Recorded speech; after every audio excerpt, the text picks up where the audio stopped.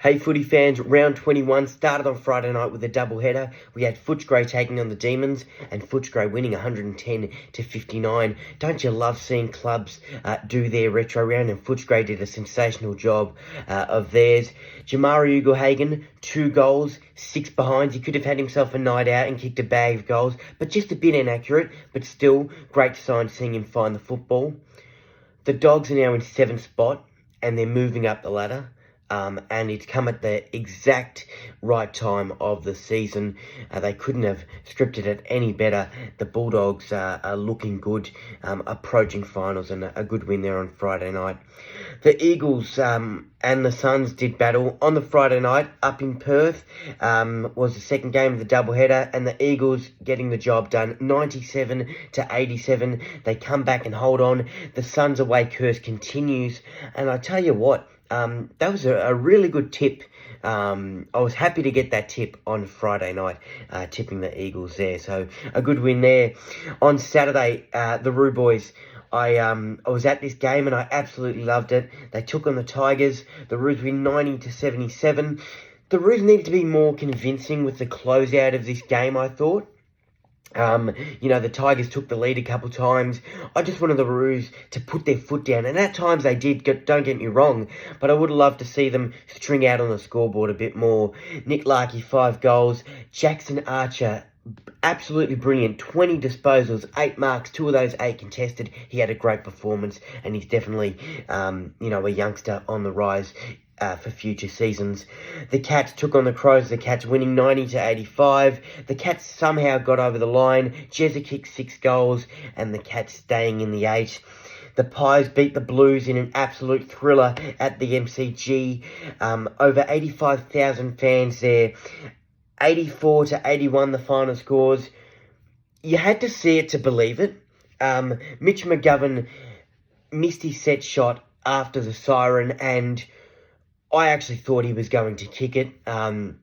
He's kicked him in the past, and especially from, about 35, 40 metres out, or whatever he was, I expected him to nail that. And I think a lot of Carlton players got ahead of themselves. I saw Patrick Cripps go, with the fist pump in the air on the telly, and, I think, I don't know what he was wording to himself, but it looked like, we got this, he's got this, and he didn't.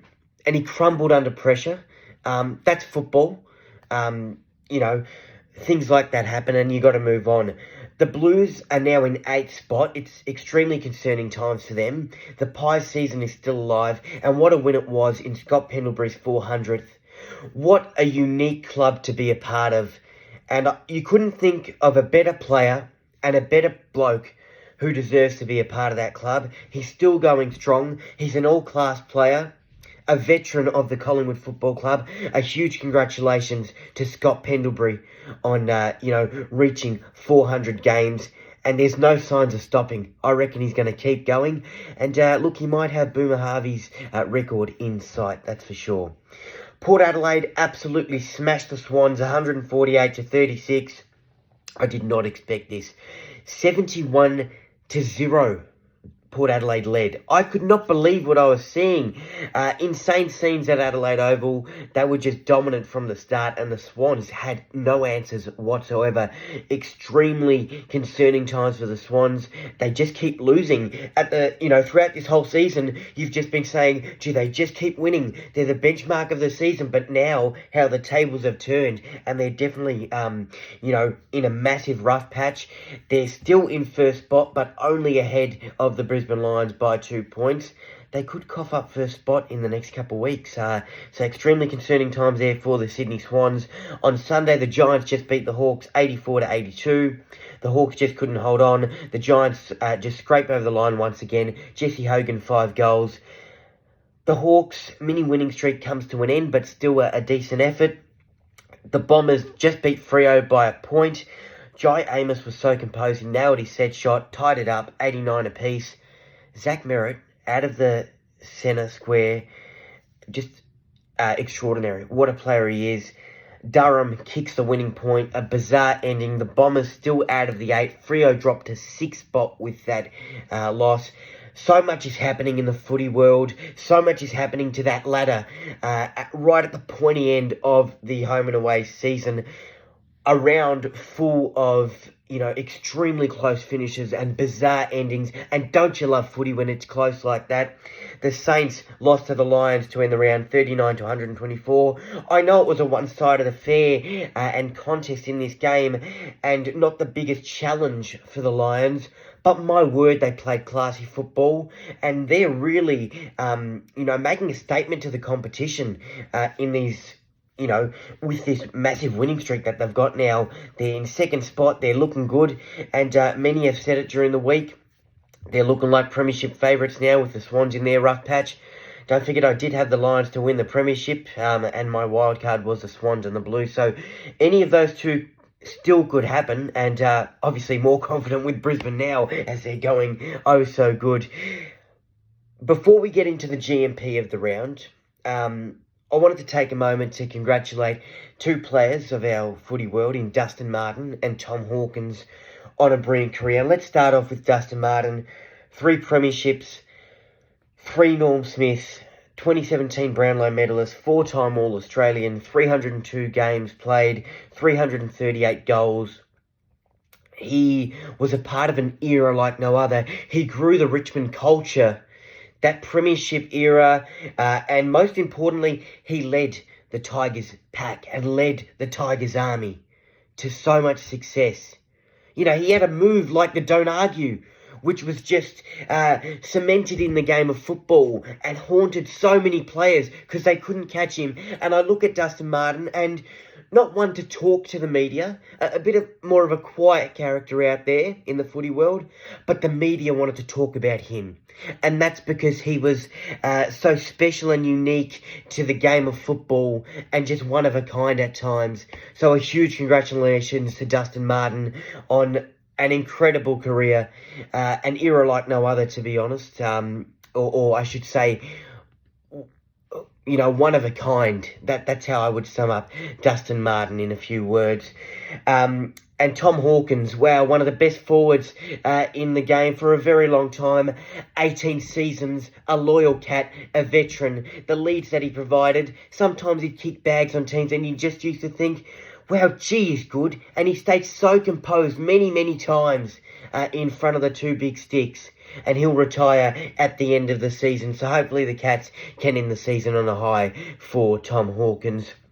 A sad day for footy, but a special one to reflect on, to see how these two greats have shaped our game, and to see how these two greats have given us so many memorable moments and made the game what it is today. So well done to Dustin Martin and Tom Hawkins. Gonna be missed, but forever remembered as, two of the greats of the modern era. It's time for Isaac's GMP of the round, my goal mark and player of the round. Start off with my goal of the round, Harry Mackay. Well, gee, he pulled up clutch in this moment, just in time before the siren to end the quarter. A good gather on the football, and the dribbler was absolutely perfect. A great goal by Harry, stayed composed and nailed that one. And a bit of an insane goal, so it was good for Harry Mackay to get those. Usually he kicks the set shots, but, he's still got the tricks in the bag. My mark of the round goes to a Roo boy, a young Roo, and it goes to Zane Dersma. If you went past this, I don't know if you know football, to be honest. What an incredible grab on Bolter. To witness it live in person, I was at this game and just hear the roar of the crowd, and you could see it happening. Because he positioned himself so well, it was unbelievable. And was it better than Jamie Elliott's that he took on Anzac Day? Comment down below. I think it's either Elliott or Dersma for the mark of the year. I might be leaning towards Dersma. I know people would say maybe Elliott, but Elliott's was in front of, 90,000 people. It was a highlight. This is still a sensational mark, and a really, really good one. And I think how he just glided over the pack was brilliant. Zane Dersma, what a launch. 2 great marks, and don't you love footy when you're seeing stuff like that? My player of the round, Marcus Bontempelli.